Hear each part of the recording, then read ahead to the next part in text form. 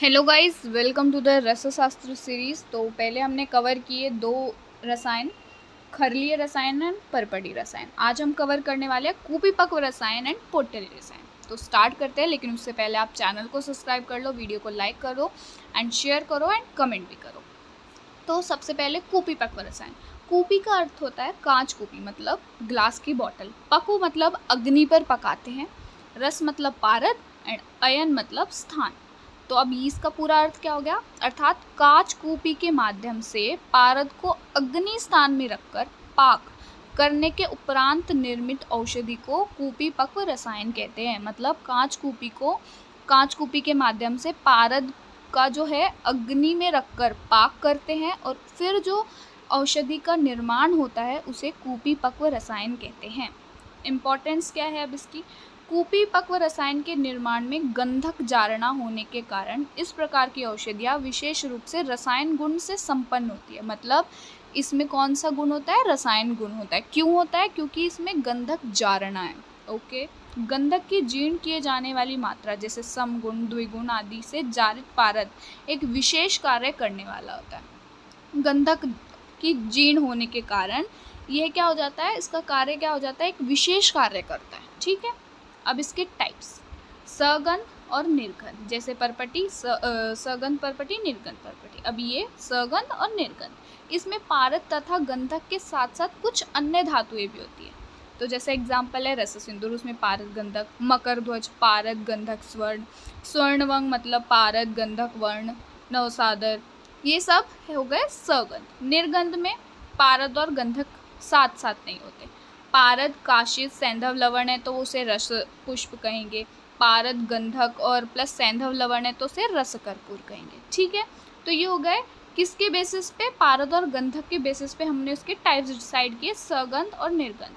अब दूसरा है, जहाँ से जो कूपीपक्व रसायन है वो मिलता है, प्राप्ति स्थान के आधार पर इसके तीन है भेद, गलस्थ, तलस्थ, उभयस्थ। ठीक है, कूपीपक्व के जो कूपी है मतलब ग्लास बॉटल के विभिन्न भागों तथा गले में, तल भाग में प्राप्त होने के कारण इन्हें क्रमशः गलस्थ, तलस्थ भी कहा जाता है। ठीक है, गलस्थ में कौन कौन से एग्जाम्पल आएंगे, रस सिंदूर, मल सिंदूर। तलस्थ स्वर्णवंग, समीर पन्नक। उभयस्थ मकर ध्वज, सिद्ध मकर ध्वज। ओके, तलस्थ मतलब जो तल में मिलेगा, गलस्थ मतलब गले में मिलेगा, उभयस्थ मतलब दोनों जगह से। तो ये हो गया उसके प्राप्ति स्थान के आधार पर उसका डिफ्रेंशिएशन।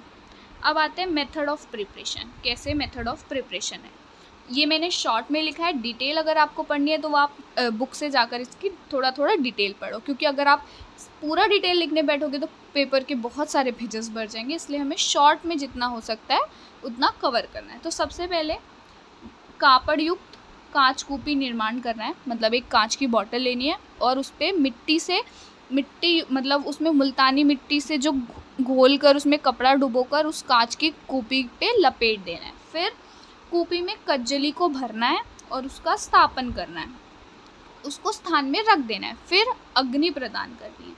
अग्नि कब तक प्रदान करनी है, सिद्धि लक्षण जब तक नहीं आते। मतलब सिद्धि लक्षण जो दिए हुए हैं, नीचे हनीकॉम लाइक स्ट्रक्चर आ जाएगा, तो जब तक वो सिद्धि लक्षण नहीं आते तब तक हमें अग्नि का व्यापार देना है। फिर जो है उसके बाद फिर उसको मतलब उसको ठंडा करना है।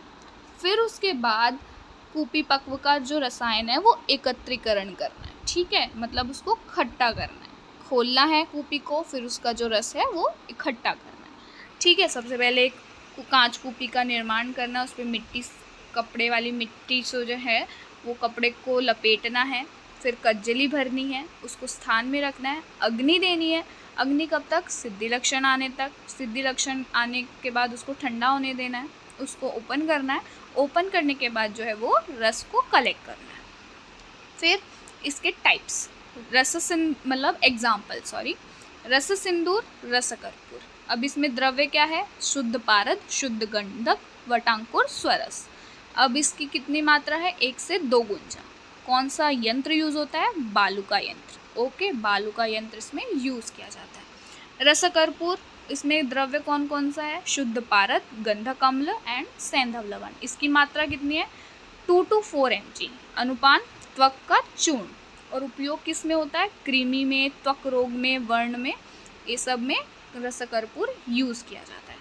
तो ये हो गया हमारा कूपीपक्व रसायन। फिर आते हैं पोटली रसायन में।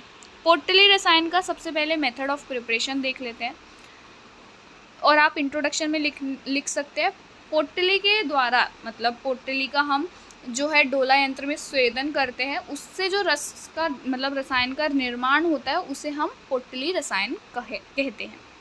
मेथड ऑफ प्रिपरेशन में घटक द्रव्यों को सबसे पहले कुमारी स्वरस या फिर अन्य द्रव्यों के साथ मर्दन करके उसे शिखराकार पुमाकार बनाकर, मतलब एक रेशमी वस्त्र लेना है, उसमें उस घटक द्रव्य को मर्दन करने के बाद रखना है, उसे लपेटकर सूती धागे से बांधकर एक पोटली टाइप की तैयार कर लेनी है। फिर उसका स्वेदन किस में करना है? डोला यंत्र में, या फिर आप उसमें स्वेदन करना है डोला यंत्र की सहायता से। क्या डालकर? गंधक डालना है। और अग्नि कितनी देनी है? मृदु देनी है, मतलब 120 degree Celsius to 170 degree Celsius, जिससे कि मतलब इतनी अग्नि देनी है सिर्फ गंधक द्रवित हो, ठीक है, जले नहीं। तो ज़्यादा अग्नि नहीं देनी है और ना ही ज़्यादा कम देनी है, इतनी अग्नि देनी है कि द्रवित हो जाए, और डोला यंत्र की सहायता से उसका स्वेदन करना है, ठीक है। पाक तब तक करना है जब तक कि गंधक व्योम वर्ण अर्थात आकाश के वर्ण का ना हो जाए। कितना पाक करना है? ये एक सिद्धि लक्षण हो गया कि जब तक गंधक का जो वर्ण है आकाश के वर्ण का ना हो जाए। फिर उसके उपरांत क्या करना है? पोटली को जिस पात्र है, मतलब उससे अगर आप टकराएंगे ना तो मेटेलिक साउंड आएगी, तब तक पाक करना है। ओके, उसके बाद बाहर निकाल कर ठंडा करना है। गंधक यदि लगा हो तो साफ कर लेंगे, ठीक है, गंधक लगा होगा तो साफ कर लेंगे। इसकी सेल्फ लाइफ कितनी है? 10 साल। अब इसके एग्जाम्पल ताम्र गर्भ पोटली एंड लोह गर्भ पोटली।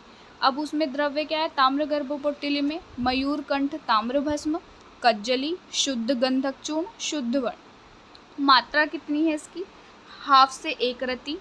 अब उपयोग किसमें? कफजन्य, त्रिदोष, श्वास आदि में, ठीक है। लोह गर्भ पोटली के द्रव्य क्या है? लोह भस्म, कज्जली, गंधक चूर्ण एंड स्वर्ण तंतुखंड। इसकी मात्रा कितनी है? 1 से 3 रति। एंड उपयोग किसमें है? सग्रहणी में, पांडु में, कामला आदि में। तो ये हो गए उसके एग्जाम्पल। तो ऐसे हमने चारों जितने भी रसायन हैं वो कवर कर लिए शॉर्ट में, कि जितना आपको एग्जाम में नेसेसरी है ना पढ़ने के लिए वो सब हमने कवर कर लिया।